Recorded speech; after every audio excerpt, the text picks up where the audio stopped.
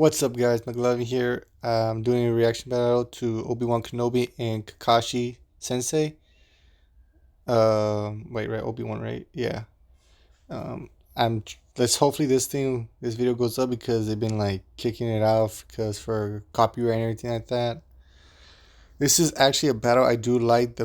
Basically the masters of just stupidly powerful students. You have Obi-Wan Kenobi who taught Anakin Skywalker, who became Darth Vader. And then you have Kakashi Sensei that taught Naruto through a good portion of his life, through his early stages. Then was Jiraiya Sensei, who taught him through his later stages to control the seven-tailed fox.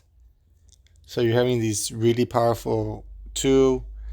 I'm going to have to go Kakashi Sensei for right now, just for like the Sharingan. Again, I don't know too much about Star Wars, so I believe they do have ability to block mind control or mind development or whatever the hell you would call it. And I know that his Sharingan can sort of do that. He has an evolved form of it. I don't remember what it is. They'll definitely tell us in here. For right now, I have Kakashi Sensei. They may change, but for right now, it's Kakashi Sensei. Sponsored by ExpressVPN. Protect your online privacy today at expressvpn.com/battle.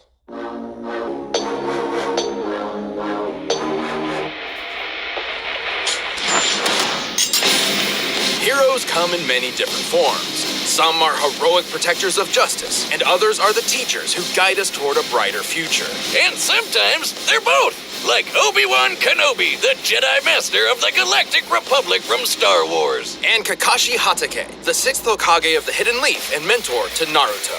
He's Wiz and I'm Boomstick, and it's our job to analyze their weapons, armor, and skills to find out who would win a death battle. On the distant planet of Tatooine lived an elderly hermit known as Old Ben. His heart heavy with regret and stories to tell. 'Cause he wasn't just some crazy old coot. He used to be a badass samurai space wizard. Obi-Wan Kenobi. Now that's a name I've not heard in a long time. I love a good Obi-Wan-liner. Hello there. As a child, Kenobi was inducted into the Jedi Order, warrior monks training in the Force over the course of their lives. And he was trained by the one and only Liam Neeson. Well, until he was murdered by Space Satan. Though not before they discovered a child of prophecy in Obi-Wan's future pupil, Anakin Skywalker. I have a bad feeling about this. Eventually, Kenobi rose to the top ranks of the Order, becoming a Jedi Master. Just in time for two back-to-back galactic wars. Sounds like fun when you've got his classic lightsaber, which can cut through basically anything with enough force. Get it? Including the duranium armor of General Grievous, which can tank volleys from starfighter cannons. It's an elegant weapon for a more civilized age. Because, mutilating and decapitating people left and right is way more honorable. Kenobi has studied 7 forms of lightsaber combat and is the undisputed master of Form 3, Soresu. Which is all about defense and waiting for your opponent to make a mistake to land a finishing blow. He's so skilled, he can beat Sith Lords in just seconds. But Kenobi's most powerful weapon, or better put, ally, is the Force, an energy that exists almost everywhere. Jedi can tap into the Force to manipulate the world around them. Like throwing stuff around with telekinesis. Everything from pulling down an airship to crushing someone else's organs. While Kenobi prefers a more direct dueling approach, his power in the Force is nothing to scoff at. Many years after his time, he was explicitly compared to Jedi Knight Kip Duron, who could move a micro-singularity with a thought. Speaking of thoughts, he can mess with yours with the Jedi mind trick. Like if he wanted to, he could get jizz stuck in your head. Boomstick, gross! What? It's a type of music. Those aliens at Jabba's palace were playing it. They're called jizz whalers. Huh. I bet Disney was real happy to learn about that one. Kenobi's Force abilities also include protective fields, illusions, and Tuda Minus, a technique for absorbing and redirecting energy attacks. Even without a lightsaber. Oh, also, he can see the future. To a certain extent. Jedi can glimpse the distant future through focused meditation. In battle, the Force can guide their movements, predicting danger in advance. Kinda like a space spidey sense. Exactly. With their incredible skill in the Force, Kenobi and Skywalker became a formidable duo. Obi-Wan ranked up even more and became a general. He's a badass space pilot who can dogfight at near light speed. According to an official novel, he can even react down to the nanosecond. I don't know, Wiz. I've seen the movies, and Jedi have never done shit like that. Well, other mediums have greatly expanded upon Jedi capabilities. Some are even powerful enough to hold together entire planets. Obi-Wan has fought an army while blindfolded, endured a blast from a starfighter, and battled the Sith Darth Vader. That's when he had to break out his most OP move of all, the high ground. By standing just a few feet above an opponent, Obi-Wan gains enormous extra powerfulness. He even warns you about it. Server Anakin, I have the high ground. It's foolproof. Not exactly. Remember how Darth Maul had the high ground way back when? Against Obi-Wan himself? Where do you think he learned such an awesome move? Only Sith Satan could think of something so deadly. Uh-huh. Either way, Obi-Wan sadly failed where it mattered most. Ooh, that's definitely gonna be an F on the old Jedi report card. See me after class for an epic boss battle on a lava planet. But defeating his fallen student is no small feat. Anakin could telekinetically move starships fast enough to intercept hypersonic missiles. Based on the scale of this dreadnought and the distance it moved, this would need an energy over 21 megatons of TNT. And that was when he was a newbie. He basically became the most powerful Jedi and Sith in Space Wizard history. However, Kenobi is extremely dedicated to his strict Jedi code, potentially to a fault. It's debatable if he ever learned from this mistake. After all, he told Luke Skywalker that the only way to ever become a Jedi would be to kill his own father. And he even tried to trick him into never figuring out that fact in the first place. Dick move, Obi. Dick move. But even in his worst moments, Obi-Wan Kenobi always fought for the sake of others. He would battle his dark apprentice one last time, sacrificing his life in service of a new hope. And then he became a ghost! Don't ruin the moment. Strike me down, I shall become more powerful than you could possibly imagine. Shinobi, Hokage, mentor, friend, and porn addict. Kakashi Hatake is all of these, and generally a pretty relaxed guy for someone raised as a ninja assassin. You wouldn't know it at first glance that his childhood sucked balls. Like when his dad committed seppuku, because he saved his friends instead of prioritizing a mission. In the shadow of disgrace, this cruel methodology of the ninja and his father's great mistake tore young Kakashi apart. Reminds me of my dad. What was his great mistake?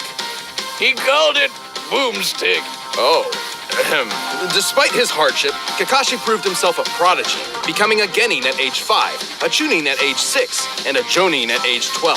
For those of us who don't speak anime, he might as well have been doing ninja rocket science in the womb. He quickly mastered the use of chakra, a form of spiritual energy within all individuals that ninja can shape and weaponize. This is ninjutsu. He can walk up walls, heal wounds, and even make clones of himself. Plus, he's a master of taijutsu, aka punching people. But his deadliest technique of all is the 1,000 years of death. The village secret finger jutsu! 1,000 years of death! Oh, that's gonna get you on a list. Naruto's like 12. Chakra can also be molded into nature itself, and Kakashi can use it for numerous elemental attacks. Sure, he can shoot fireballs or dunk you with water, but his favorite is lightning. Lightning zaps, lightning clones, lightning dogs? That's awesome! How do I get one of those? He's even invented a lightning ninjutsu technique, the Chidori. By gathering electric chakra into his hand or a kunai, he becomes capable of piercing just about anything. Even a bolt of actual lightning. Take that, nature! Man triumphs over you once again. This is where Kakashi's own Chidori got its moniker, Raikiri, Lightning Cutter. Ooh, now I know what I'm gonna name my lightning dog. The Chidori does have a downside, though. Its speed and power are so great, they give the user tunnel vision and make the attack generally uncontrollable. Basically, once you kick on the gas, you're zooming straight ahead, no matter what happens. Although, Kakashi eyed just the thing to fix it. Long story short, he was drafted into a war alongside his friends Rin and Obito. Shit went down and Kakashi lost an eye, so Obito handed over one of his when he decided to sacrifice his life. Holy shit! Why don't I have any friends like that? Please give me your eye. No, I'll give it back, I promise. Obito's eye wasn't an ordinary eye. He was an Uchiha, and this was a Sharingan. With his Sharingan, Kakashi not only got some control over his Chidori, but he can see a person's chakra, predict their movements, dupe your brain with genjutsu, and even copy jutsu techniques. He's such a filthy plagiarist that he's stolen over 1,000 jutsus in 14 years. Although since Kakashi is not an Uchiha, he can't exactly turn the Sharingan off. And then Rin jumped in front of his Raikiri and kicked the bucket too. Man, this guy can't catch a break. And yet, unimaginable loss is exactly what is needed to unlock the Sharingan's next stage, the Mangekyo Sharingan. Oh yeah, with the Mankey Eye, he can cast Kamui, basically sucking objects or people into another dimension. Sure, it uses up a lot of his chakra pool, but it's a pretty clever instant win move. The concept of trauma granting new power fascinates me. So, I've stolen Boomstick's entire beer hoard and placed it in a secure room with 200 tons of TNT. Wait, what? No! You monster! What have you done? Do you feel anything? Just thirsty, sober, and punchy. Punchy? Next round's on Wiz. Well, for Kakashi, everything sort of worked out in the end. He became a teacher, and this new generation of ninja helped him learn that his dad was right all along. Friends do come first, unless they blow up all your beer. Wake up! He's held his own against top-tier ninja like Zabuza, Pain, and even his old friend Obito. Back from the dead and evil now, because why not? Kakashi can definitely compare to fellow ninja master Jiraiya, who can blow up mountains. That takes over 18 megatons of TNT. And he's caught and sliced lightning. Based on the distance it moved before he caught it, he must have reacted within 70 microseconds and moved over 2,000 times the speed of sound. Sounds like ninja president material to me. Not too shabby for a guy who likes to read porn in public. Did I forget to mention that? Because he totally does. Kakashi of the Sharingan is nothing if not full of surprises. Right now, all I can give you is just death. All right, the combatants are set, and we've run the data through all possibilities. But first, you know what's the best friend for teachers like these two? Beer! This episode of Death Battle is super special because it's sponsored by my favorite beer, Miller Lite. It's tough connecting with friends while we're all stuck at home, but as the original light beer, Miller Lite has always been there to bring people together through Miller time. Even now. Take it from me, every day's a good day to bust out a can of old school Miller. We all know there's nothing better than cracking open a few cold ones with your pals. But even when an evil virus is trying to take over the world, having a Miller Lite next to you easily makes every day that much better. Miller Lite tastes great and is less filling than other beers. Therefore, it won't get in the way of enjoying time with other people, including webcam calls. Yeah, pretty handy for a lightweight like you, huh, Wiz? Definitely. Wait, what? And let's be real, what else is gonna fuel these crazy versus debates? Miller Lite, the original light beer. While you're home, enjoy a classic. Available for delivery today. Celebrate responsibly. Miller Brewing Company, Milwaukee, Wisconsin, 96 calories and 3.2 carbs per 12 ounces. So grab one for yourself, because right now it's time for a death battle! Yeah, that was a lot longer than I expected. Still Kakashi. Like I said, I don't know anything about Star Wars other than what I see in the movies. I've never seen Clone Wars, so I wouldn't tell you. I've never read in the comic book, so I wouldn't really tell you. And I still haven't seen The Mandalorian, so I wouldn't even tell you. I don't even think he's in The Mandalorian, but just telling you. Just saying, I just seen the movies, so that's all I can go off of. And that's really it. So if Obi-Wan Kenobi wins, I wouldn't even be able to rebuttal it. 'Cause I don't know how overpowered Jedis are. I don't. I really don't. So Kakashi. That's what I'm basically saying. Kakashi is the guy I think. I love the animation. Really fucking good. Another happy landing. Hello there. Hold it. You're in Konoha territory. I have some questions, if you'll come with me. You want to go home and keep reading your book? I want to go home and keep reading my book. After I kick your ass!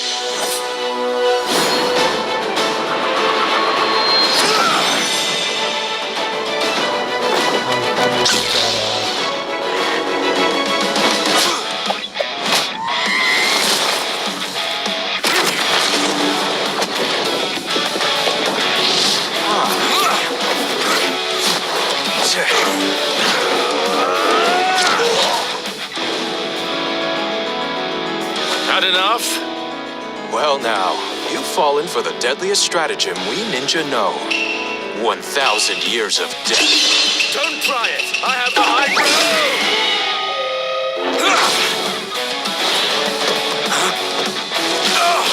ground. You get him with the... God damn it. You hit him with the fucking butt, man. That's hilarious. I guess I have the high ground. Oh, I don't think so.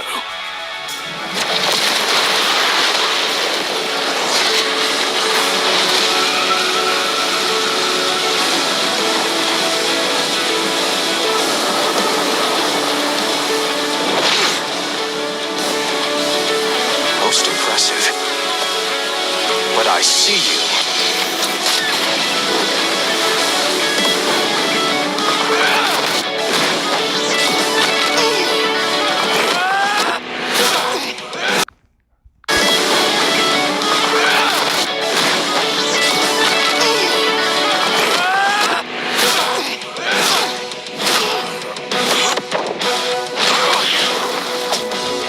Fire style!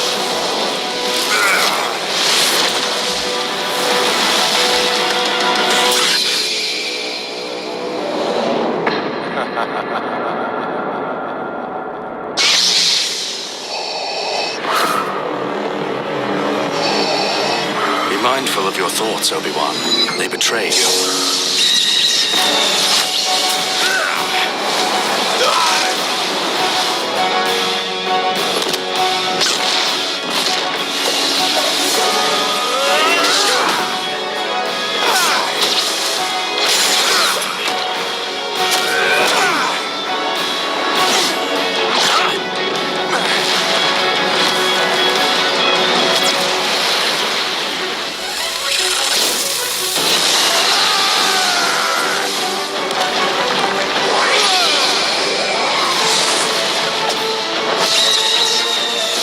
Don't give up.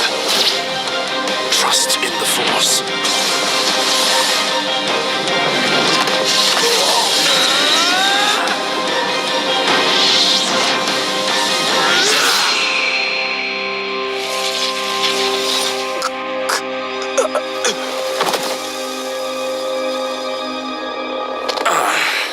So uncivilized. Well, Kakashi may have been able to beat Obi too, but he just couldn't handle Obi-Wan.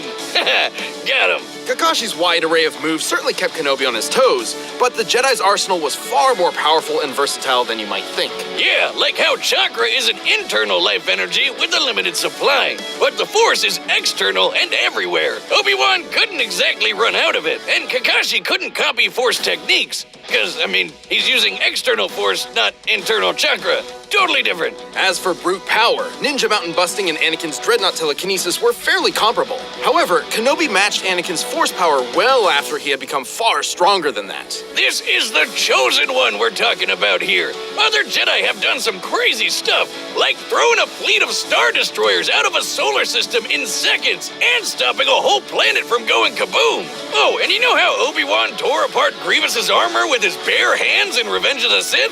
The same armor designed to survive starship cannons. It withstood a blast that annihilated a subterranean city and almost collapsed the surface of a planet. I seriously doubt Obi is physically strong enough to rip that armor apart.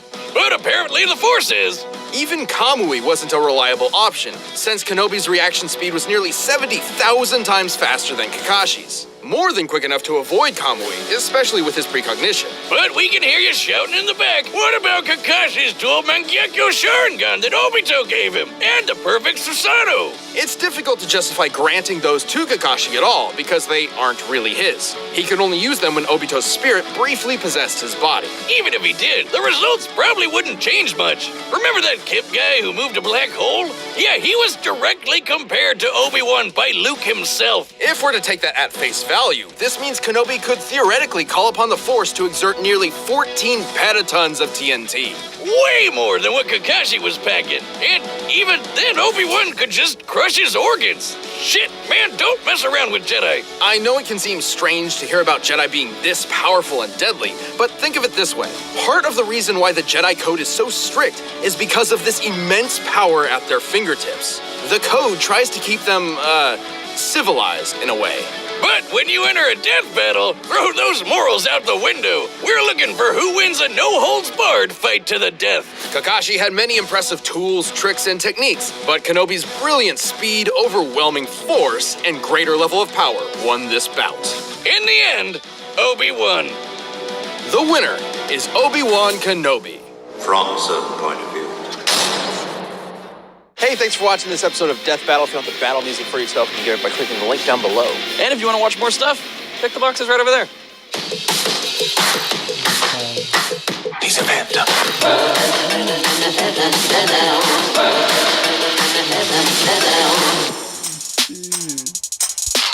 American Dragon Jake. Alright, well, Obi-Wan won, like I said. I don't know anything about Star Wars other than the movies, but, you know, I get it. Right? I ain't mad about that, but I am excited for this Danny Phantom versus the American Dragon Jake Long. This is going to be fucking hype. This is going to be Nick on Nick crime right here. I will see you guys later.